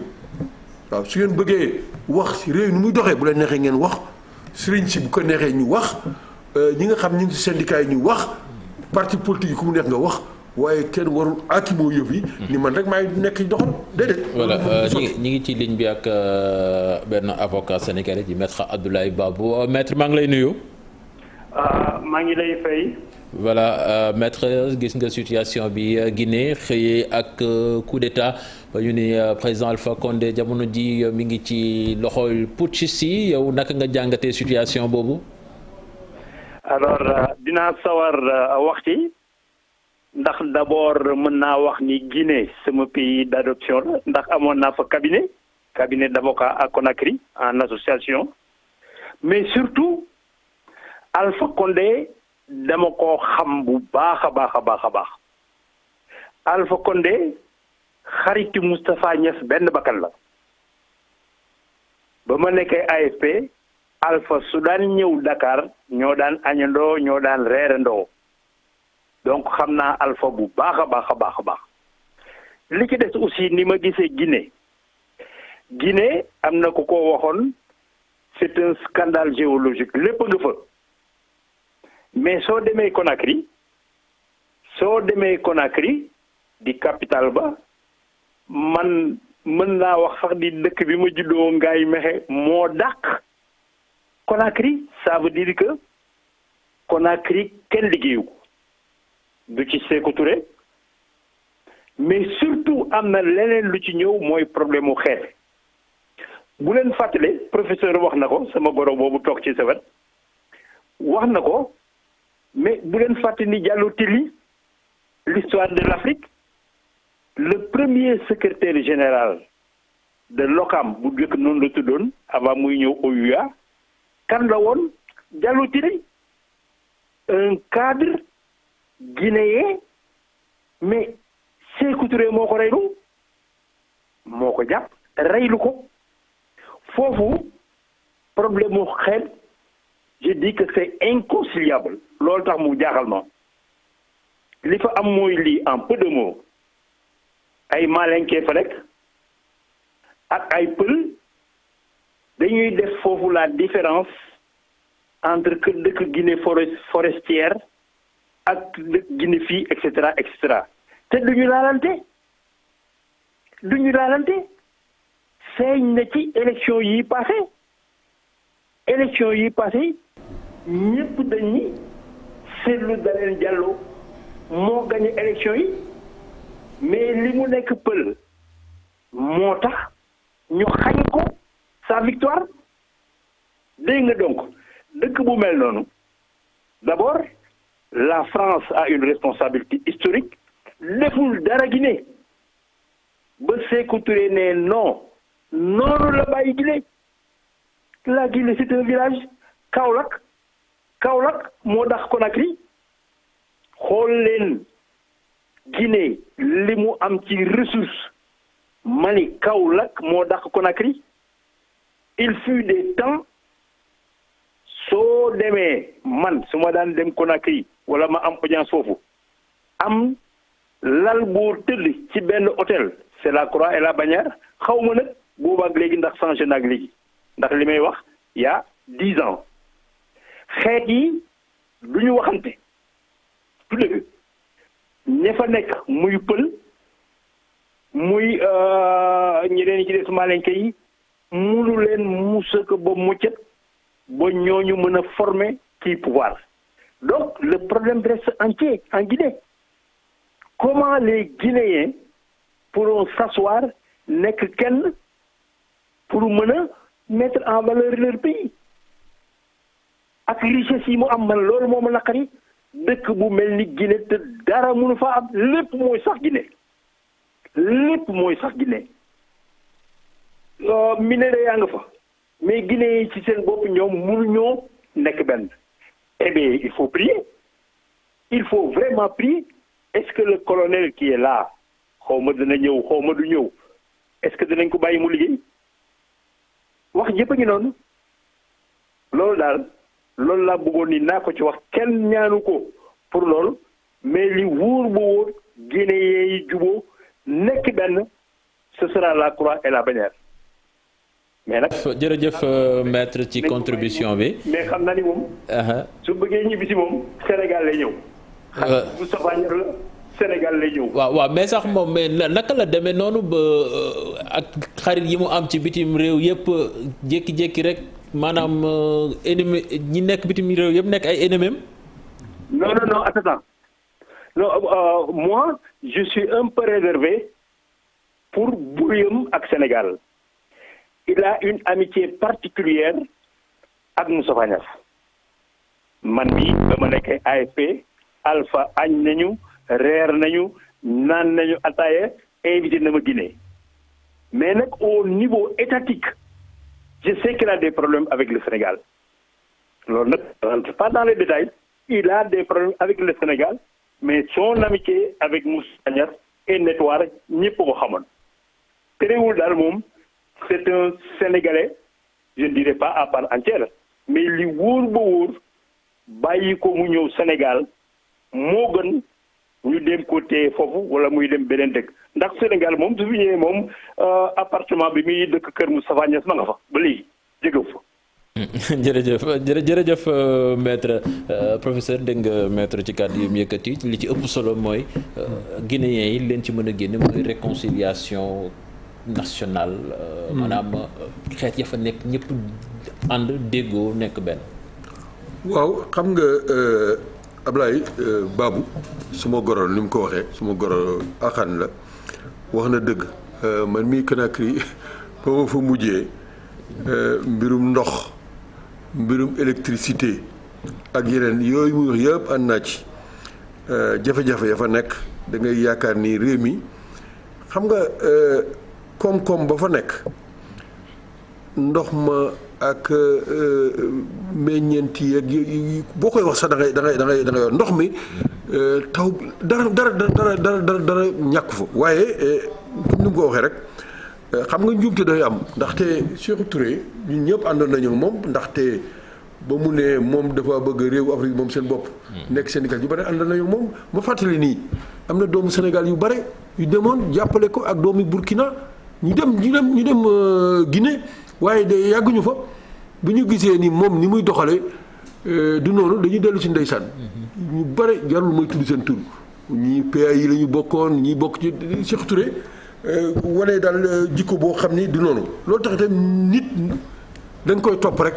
bu la wanee tànk bukki nga yow tamit nga seet sa bopp njiit yi nag yenn saa ñoo matul. di nga ko waxee. ndaxte nañu moytu xam nga fii Afrique jiite mbirum xeet mbirum diine mbirum waaso mbirum tarixa dafa ñuy delloo gannaaw nit li nga war jiital mooy ndax njariñu askan wi la. nit lu mu la mënti wax seetal ndax li mu lay wax. njëriñu askan wi bul seet fa mu juddoog fa mu juddoowul yooyu njiit yi nag dañu bëgg lu yomb ku ci sonn rek yooyu ngay yëkkati. waaye xam nga fii barki démb rek ngay dégg suñu dof bi doon wax ay njaaxum di saaga nit ñi ci ay affaire xeet ak yooyu fait même ci assemblée nationale. pencum réew mi ak ñeneen ñooñu te kenn waxul keroog jarul sax ñu ci wax keroog bi ma déggee muy wax yooyu assemblée bi. te kenn waxu ci dara nga xam ni Sénégal itam nañu moytu rek li am maanaa daal dañu bëgg mën nga ñu wax ni lii am Guinée yëpp li ñu fay gis nii yëpp leçon la waaw nañu moytu njiit yi nag am fayda di wax parce que léegi mi ngi wax président Moustapha Niasse mais man keroog assemblée seen bi mujj bi ma gisee waa ji di wax njaaxum yooyu te gisuma président Moustapha wax ci dara man keroog xëy na nag ci suuf wax na waaye keroog ci rajo beeg ci télévision boo nañu wax bon nañu moytu di jiital diina tarixa xeet yi yii boo koy jiital ci politique da ngay indi problème te nag fi may daanee mooy ñi nekk ci njiit yi ak ñi nekk ci suuf bokkuñu gis nga Sénégal Guinée partout nit ñi dañuy sëyante seen biir dañuy def seen biir politiciens yi ñooy indi affaire Guinée Bissau bii ma lay wax ak Gambie fan yi boo fa demee Sénégal buy football wala buy basket yenn saa ñi nekk ci kujje bi dañuy contre ndax dañu mere suñu njiit dañuy wax ni ñoom dañu faral nañu moytu yooyu li ma lay wax man mii xam naa ko boo demee Guinée Bissau Gambie ñu bare buy Sénégal di football wala buy basket léegi dañuy bëgg ñu wicc ñu dóor ñu ndaxte dañuy mere suñu gaañ nañu moytu yooyu. am lu ñu kaañoo wante suñu biir rek parce que day faral di am mais dañuy jël ci ligne bi Moustapha Diakhaté ancien député min na fi loolu Moustapha maa ngi lay nuyu. maa ngi lay nuyu bay baax sëñ Diaw. voilà Moustapha Diakhaté comme ni ko ñëpp dundee li xew Conakry ca suba di coup d'état militaire ba fa am ba ñu teg loxo président ba Alpha Condé yow loolu naka nga ko jàngatee ban gis-gis nga ci am. waaw bala ma la tontu maa ngi nuyu sama magu daara moomu Bouba Diop. waaw maa ngi lay nuyu. di ko nuyu di ko ziar baax a baax a baax. merci di ko déglu. li am Guinée moom man mënumaa def lu dul métti lu ko ndax coup d'état moom damay jàpp ne saafara suy jur jàngoro la. Afrique yàgg naa ami coup d'état waaye néew na lu coup d'état def lu am njëriñ moo tax man dama koy ñaawlu di ko condamner avec la dernière énergie dama bañ na Sénégal yi jàpp ne man Alpha Condé moom leen Alpha Condé ba muy pour troisième mandat dama ko dénoncé ñaawlu ko ba muy soppi constitution bi ñaawlu bi mu faloo ak na nga xam ne noonu la faloo waaye nag mbirum coup d'état moom day loo xam ne man dama koy ñaawlu ndax dama ko yéenewul benn africain ndax dafa baaxul bari na Afrique tardé gu ñu tardé dara waralu ko lu ay coup d'état te ndax coup d'état mënut a avancer Sénégal gi boo naa mala Boubacar xam na ci dara jaar-jaar yi métti na lutte bi métti woon na ay nit faatu nañ ci ay nit def nañ ci kaso waaye jusqu'à présent quand même ñu ngi réussir di assurer des alternances démocratiques maanaam wote di jox nit ñi ay nguur waaye coup d'état bañ a joxe ay nguur moo tax man la xew gi ne dama koy ñaawlu ba fu mu yem di sàkku nag ci nga xam ne mooy président africain yi ñu jël seeni matuwaay ba lee am Guinée mu nag tey mu nekk le dernier coup d'état notamment en Afrique de l'Ouest parce que ça subit on a déjà vécu ce qui s'est passé au Mali ñu am na jamono jooju ñuy jàpp ne lu baaxoon la waaye gis nga la mu jur kenn xamul fu Guinée jëm fu Mali jëm Guinée gi aussi bu lii wéyee kenn xamul fu mu jëm moo tax ma jàpp dañu war a jël seen matukaay benn pour coup d'état bi yem fi waaye nag la nga xam ne mën naa indi coup d'état aussi ñu xeex ko mooy ñu fexe ba Afrique ay soppi constitution pour toog fi yorum réew yor sa wet yi duma gor yi loolu mënut a wéy tant que mi ngi am dañuy jox pit ñi nga xam ne ay soldats lañ te yori gànnaay pour ñu jël réew mi or un militaire place am ci caserne la wala ci frontière pour mu aarum réewam waaye du yor nekk président de la République moo tax mën naa ngi ñaawlu la xew Guinée di ko ñaawlu baax di sàkku ci président aussi ñu jël seen matukaay pour que ça soit la dernière fois nag en Afrique de l'Ouest pour ay nit di jël nguur ci ay armes. jërëjëf Moustapha Diakhaté tamit je pense que li mu wax tamit am na solo njiit yi ñoom ñoo war a def loo xamee ni militaire du am fit sax mooy xalaat ni ma ngay dem di leen renverser. waaw maa ngi nuyu Moustapha moom ku bëgg effectivement nawloo la ak bokk républicain la démocrate la vraiment nationaliste la. te itam waxkatu dëgg la lii muy ñaan nag ñaan de moom mën nañu ko def waaye Moustapha adduna ba mu sosoo ba léegi bu yëfi doxul coup d'état man yi ma jëkk gis coup d'état booba ci jamono Firawna yi la am ay soldats ñëw gis ni yëfi doxul parce que buur ba dafa màggat bañ a dem ñu coup d'état ko wala yenn saa yi ñu gis ni yëfi doxul Mali bii empire du Mali bi mu amee am na ay coup d'état yàgg na maintenant li nga wax rëgg la Sénégal nekk na un pays intéressant parce que man mii dem naa Afrique du Sud ñu laaj ma lenn ma liggéey seen ñoom ànd ak sama benn xarit professeur Samba Mboup sud africain yi leen jaaxaloon mooy Sénégal lu tax mu doon pays bu nga xam ni ci Afrique bi ba léegi amul coup d'état te mosu fi am ñu waxtaan ci ñu laaj ma lu tax ma ne leen kooku de histoire mën na ko expliquer ba ma bind ci jox leen ko suma professeur Iba Der Thiam ak Sidi Amady Bokoum daal di nii lii de buuba bind wax nañu dëgg damaa seetlu Sénégal histoire am jaar-jaaram ni mu mel may na ko mu mucc ba léegi bon nañu sàmm li ñu am def ndànk mais coup d'état même Amérique xam nga yow Trump mooy 5 mu def coup d'état xam nga wane nañ ko ndegam ñooñu ñoo dem gis nga bu nit booy dof-doflu def lu nga xam di noonu mais France bii am na coup d'état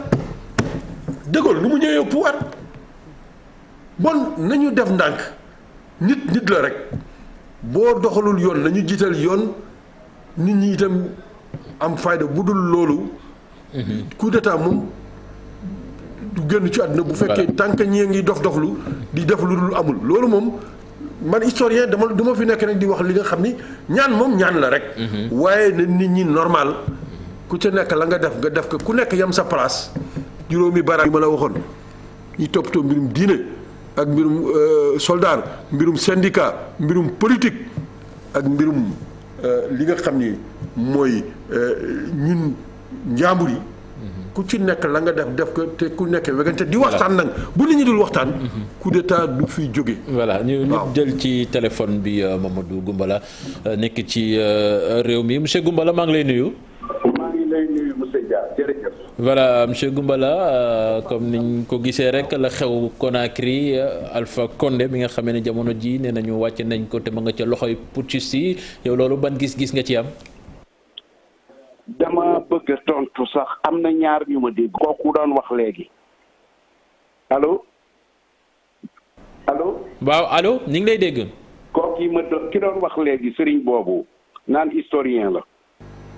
mais li mu xamul général de Gaulle n'est pas venu au pouvoir par un coup d'état. Général de Gaulle avait une légitimité historique acquise à partir de son appel du 18 juin. C'était le sauveur de la France. Les Français l'ont réclamé. Il est venu, il a balayé la 4e République. Kooku du coup d'état. Aux États-Unis la fa xew avec Trump dañ ko doon bàyyi ba mu dugg ci kàmb gi ku ne xam ne aux États-Unis coup d'état mënu fa am nan ngay coup d'état aux États-Unis 51 États 300 et quelques avec des intellectuels de haut niveau une démocratie éprouvée fooy coup d'état c'était pas possible. Moustapha Diakhaté wax na fii léegi. nga dem ci li xew Guinée. waaw dama lay wax Moustapha Diakhaté wax na léegi li xew Guinée mu naan un coup d'état est condamnable nangam ak nangam. Alpha Condé n'a jamais gagné une élection en Guinée. Sa première élection en 2010, Alpha Condé avait, je crois, à peu près 12 ou 11, 20%. C'est lu dalee Diallo am 40 et quelques.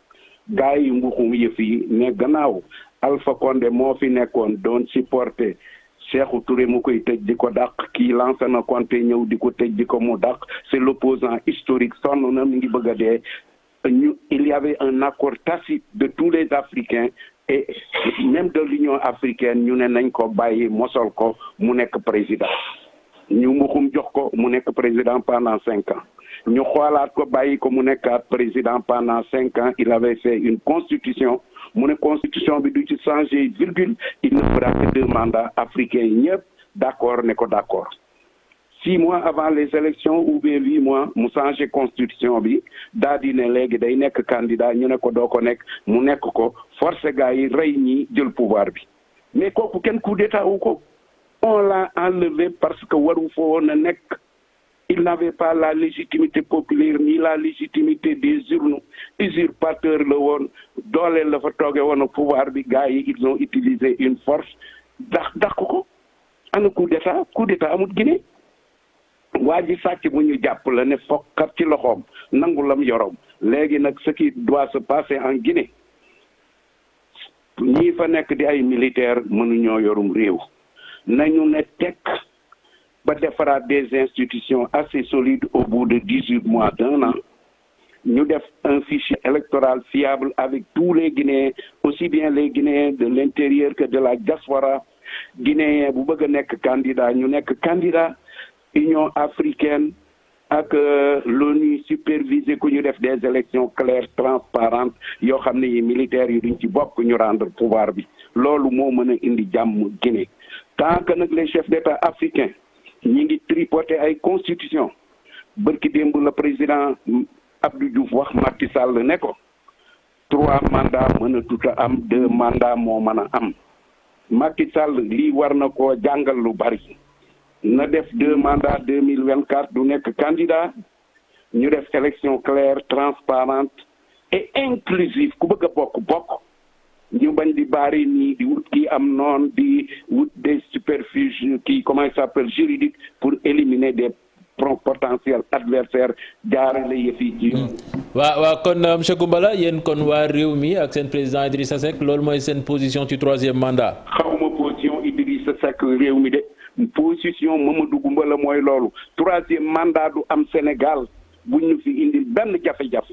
Macky Sall a été clair lui-même il l'a répété nee na du def 3e mandat gaayam yi nag nga xam ne ay prébande la ñuy daw ak ay layam naan ko c'est possible ak nangam il faut éliminer tel il faut pas réhabiliter tel ou tel autre nañu na ci génn te li ma la bëgg a wax je rends un hommage vibrant à Léopold Sédar Senghor et à l'armée sénégalaise bi nga xam ne Senghor moo ko indi fii ndax armée sénégalaise amut ethnie amut région amut religion amut tarixa et les militaires sénégalais sont les mieux formés en Afrique noire en Afrique de l'Ouest gars yi dañoo jàng ba ne les militaires sénégalais ñoo dàq jàng les civils loolu moo nu mettre à l'abri de tout ça booleeg nag Sénégal amuñu problème ethnie ñun ñëpp ay mbokk lañ li Senghor doon wax un pays de dialogue moom lañ yor toujours ñun dañuy dialoguer loolu moo ñu ci génne kon boobu bu nu kenn dugal ci gën gu jàpp ku ne président Macky 3e mandat ba nga taal réew mi yaa ngi koy nax Moustapha Diakhaté nag lii mu wax ci sur la Guinée il sait que c'est pas normal et c'est pas honnête je condamne sa position c'est une position politicienne. merci monsieur Goumbala. mën naa ci wax tuuti rek. suñu mbokk bi Goumbala li mu wax ci coup d'état dama ciy yokkal rek parce que comme nit ñi déglu fa bare. maa ni De Gaulle coup d'état yemul sax ci benn De Gaulle. dama ni moom moo xam ci jamono Pétain moo xam ci 46 De Gaulle moom sax nee na dafa am légitimité waaye légitimité xam nga mën nga def coup d'état am légitimité bu nit ñi ànd ak yow comme waa ji ne Conakry légalité bi. De Gaulle ni mu ñu arrivé au pouvoir dama ne du lu nga xam ni dafa doon lu normal bon kooku jarul ñu si yore Trump itam dama ni Trump ci boppam dafa bëggoon kooku sources yi ñoo ko wax ndax xalaat na ak ndax dafa dof ak doful loolu moo am maanaa États-Unis France amul àdduna réew ak constitution yi lu mu taxaw bu nit ñi dof-dofloo sàggan lu nekk mën na faa am. bon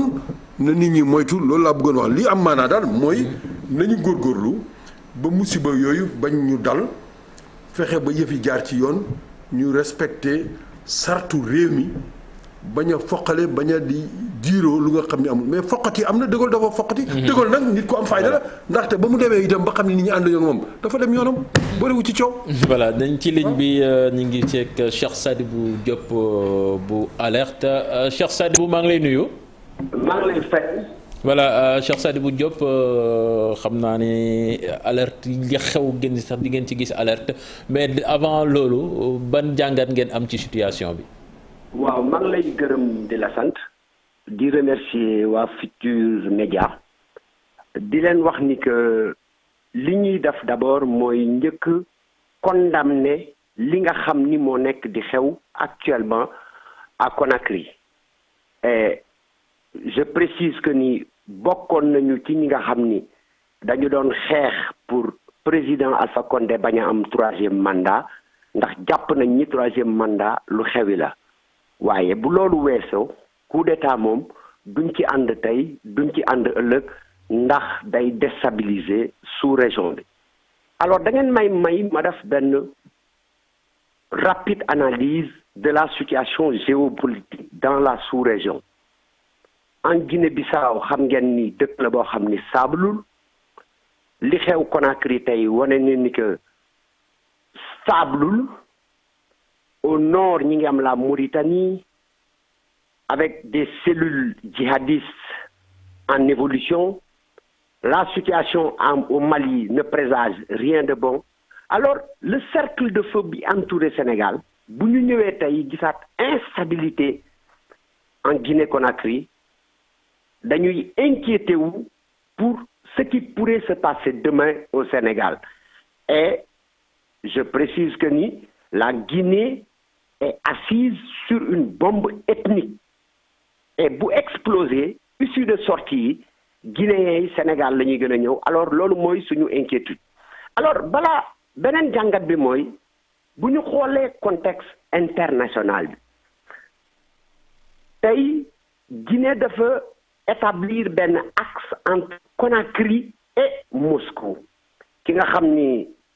xam naa ko parce que mos naa ko rencontré Mikhail Leonidovich Bogdanov mi nga xam ni mooy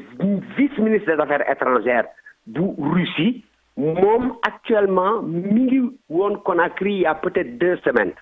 et li mu fa nekkee woon mooy préparer le grand sommet 2022 entre la Russie et l'Afrique, ce qui n'est pas du goût des États-Unis, de la France, en tout cas de l'autre camp. Beneen affaire bi mooy tey dafa am benn société russe bu tudd Rusal mooy première entreprise productrice d'aluminium et bauxite bi nekk en Guinée daf leen intéressé ba nga xam ni actuellement ñoom ñoo ko gérer. Alors jàpp naa ni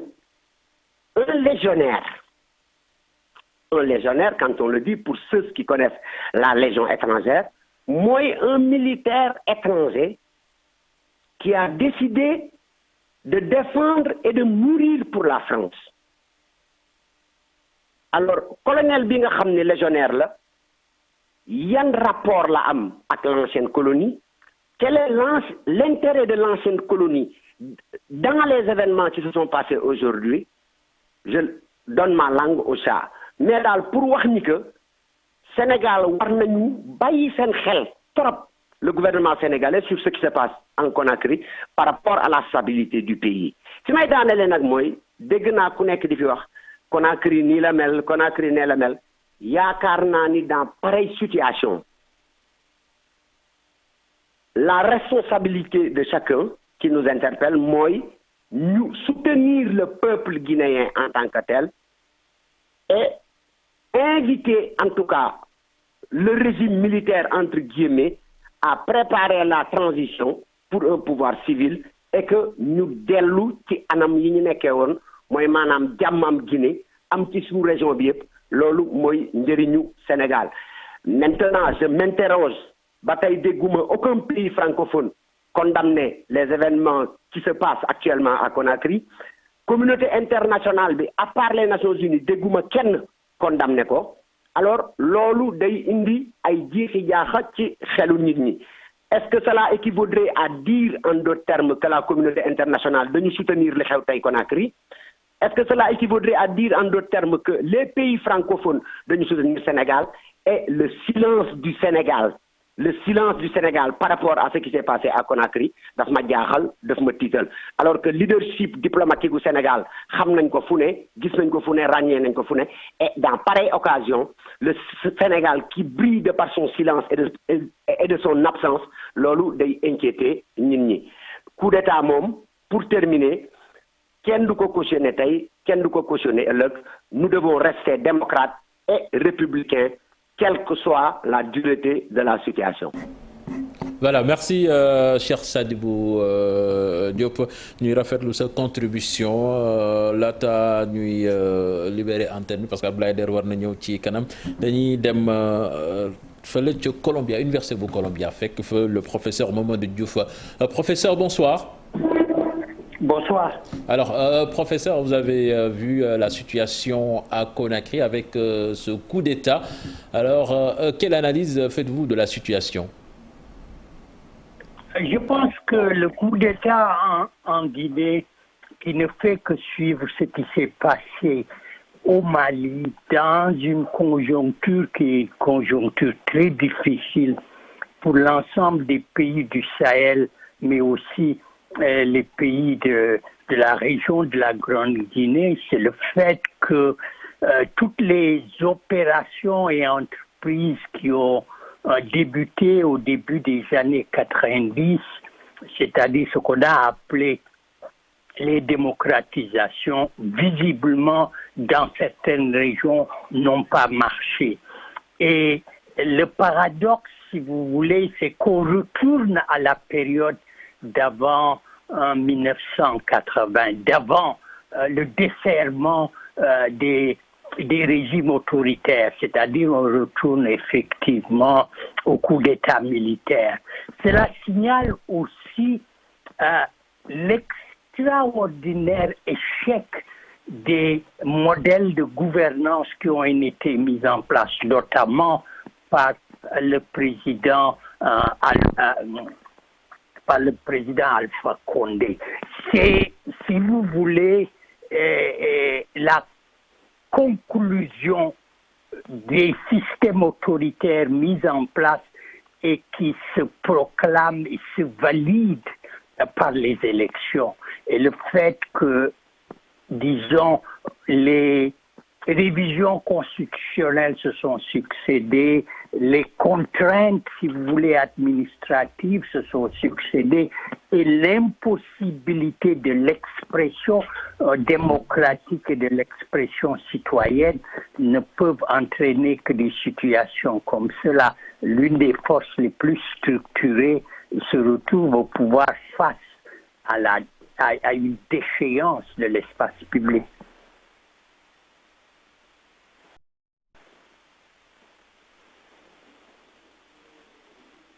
Reviennent au peuple. Je ne vous ai pas entendu. Oui, je dis aujourd'hui, comment organiser toute cette histoire pour que le pouvoir puisse revenir au peuple? C'est de restaurer en fait l'exercice citoyen. C'est d'amener la société tout entière à se réclamer d'une vision qui est une vision partagée. C'est la possibilité d'instaurer de manière systématique et permanente la délibération, ce qui n'est pas le cas. Il faut aussi faire en sorte que, si vous voulez, la diversité soit gérée et administrée démocratiquement. Reconnaître que les gens sont différents, reconnaître qu'ils ont les mêmes intérêts, mais reconnaître aussi qu'ils peuvent vivre ensemble. Mais ils ne peuvent vivre ensemble que dans un système qui est régi par une délibération systématique. Ce que je disais, c'est que les autoritarismes qui ont été mis en place à la suite des démocratisations sont des autoritarismes qui dépolitisent le citoyen. Et on le voit très bien, le recours systématique au droit dans la plupart de ces pays et l'utilisation de la législation pour imposer le silence à la dissidence fait que, effectivement, quand il y a approfondissement de la crise, les forces qui peuvent se retrouver face à un État autoritaire, c'est soit les forces du tribalisme, comme on dit entre guillemets, soit les grandes révoltes des jeunes, qui sont des révoltes destructrices, soit la force la plus organisée, l'armée, et en particulier la frange de l'armée qui était censée protéger le régime en place, les forces spéciales. Bien. Voilà, merci professeur pour ces explications. Je pense que dégg nañ ko doyen, mais temps bi quand même jeex na parce qu'on va donner la parole aux populations, surtout communauté guinéenne bi nga xam ni moom moo nekk fii ci Sénégal. Ñoom nag bi ñu déggee nouvelle bi bànneex bu rëy moo jógee ci ñoom te nee nañu daal fi mu nekk nii li ñu gis mooy su yëf yi suñ leen ko mayee ñu ñibbi dem voté ji ba mën samp nguur boo xam ne ni moom moo leen neex loolu la ñu wax ci reportage bi nga xam ne Habib Faye ak Ababacar Camara moom moo ko amal. Guinée Conakry tey nañu yeewoo neexut l'armée bi moom moo nangu nguur gi waral na doomu Guinée yi nekk fii ci Sénégal di fi yeewoo ñenn ñi dañoo ànd ko mbégte ne lii lu yàgg sax lañu ko waroon a def. tey moom dañu mel ni ku génne prison laa la mën a wax xam nga ku génne prison moom te foogoo woon di nga génn tey soo génnee da ngay kontaan. instant mi kay xanaa mbégte la ñoom ak kontaan bu baax a baax a baax ndax nekkoon nañ am na ay at yu jàll yoo xamante ne ñun ñii di xale sax ñu war a am avenir sonnoon nañ. xanaa sant ko yàlla soo loo xam moom doole lañ bëgg a jaay kay moom jaratul nekk si dëkk bi moom. ñoom ñi ay at a ngi nii teguñu seen tànk ci seen dëkk bi tey ñu ne noppi nañ ngir delluwaat foofee gannaaw ba nga xamante ni te jàppee woon nañ Alpha Condé gi moo leen xañoon seen liberté. lu ñu doon xaar la yàlla def na ni deewul mais jàpp nañ ko te jàpp nañ ni niñ ko defee ni moo gënoon ndax instant yi deewul dinañ ko juger mun na am ñi amu woon seen justice ñu jotaat ci seen justice amoon nañ jaaxle lool ñëpp génn ñi di dugg ci Méditerranée bi ñi génn dem fépp mënuñu toog suñu dëkk ndax amuñu fa liberté. boo waxee ñu tëj la mbaa ñu rey la mbaa leneen léegi yow da ngay obligé génn dem feneen pour révolution am. gëj naa fa moom kooku moom ak waaw mën na 56 ans ndaw ma fa moom. waral na tey faaw l'armée bi gaaw def kem kattanam ngir doomu Guinée yi ku ci nekk gis ci seen bopp. loolu kay moom moo nekk sama rêve ndax man foofu gënal na ma Europe gënal na ma fépp mais xam nga nit tamit dañu naan mala bu génnee ci mbedd mi di daw rek dafa amul jaamu ci biir këram sinon foofu lay bëgg a nekk. dëkk bi lu mënul nekk dafa war a jeex parce que daanaka Afrique yi ñëpp a ko moom kenn kese moomu ko donc bu ñu reyantee ñu fal la nga toog. waruñu reyante ba nga jóg kon da nga war. voilà Guinéen yi nekk Sénégal donc àddu ci reportage boobu les professeurs on va finir donc sur une note d'optimisme. waaw man de defe naa dëgg la métti na waaye man xam naa am yaakaar ndax te Guinée xam yàgg naa fay dem de. xam nga am na fa mbootaayu jigéen ñu am doole.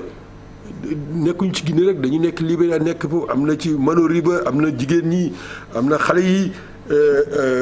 léegi soldat si nag dëgg la waruñu nekk ñii di far France ñii nekk Russie loolu musiba la xaw ma ñoom ni ñu mujjee waaye njiitu diine yi syndicat yi ñu am doole lañu liggéey bon Guinée nag itam dafa am cëslaay parce que Guinée Côte d'Ivoire Sénégal ñi ko yiir Mali ñu Guinée Bissau ñooñu bu ñu satul gëwma Guinée nekk ci Guinaw bon nañu am yaakaar. voilà Guinée mën na génn ci Guinaw ki xëy na sax Guinée bu dëgëree dana tax nit ñi moytu njaaxum yi di am ci yeneen réew yi. voilà merci professeur Bouba Diop mi nga xamante ni moom la ñu àndoon ak moom 19h30 ba léegi ci situation bi nga xamante ni moom moo xew Conakry ak édition spéciale bi ñu àndoon ak yéen ci kanam tuuti Abdoulaye Da dina ñëw wéy ci même sujet bi mais laata loolu ñuy jàll njabootu ba Balla Gaye ak génnub àdduna Double Less sànq la am certainement dinañu ci dellu si waat ci suñu yeneen ni édition groupe Futur Média yëpp di ko jaale moom Double Less yàlla na ko yàlla xare aljana. Voilà donc c'était tout pour ce programme. Tout de suite Pape Abdoulaye Da.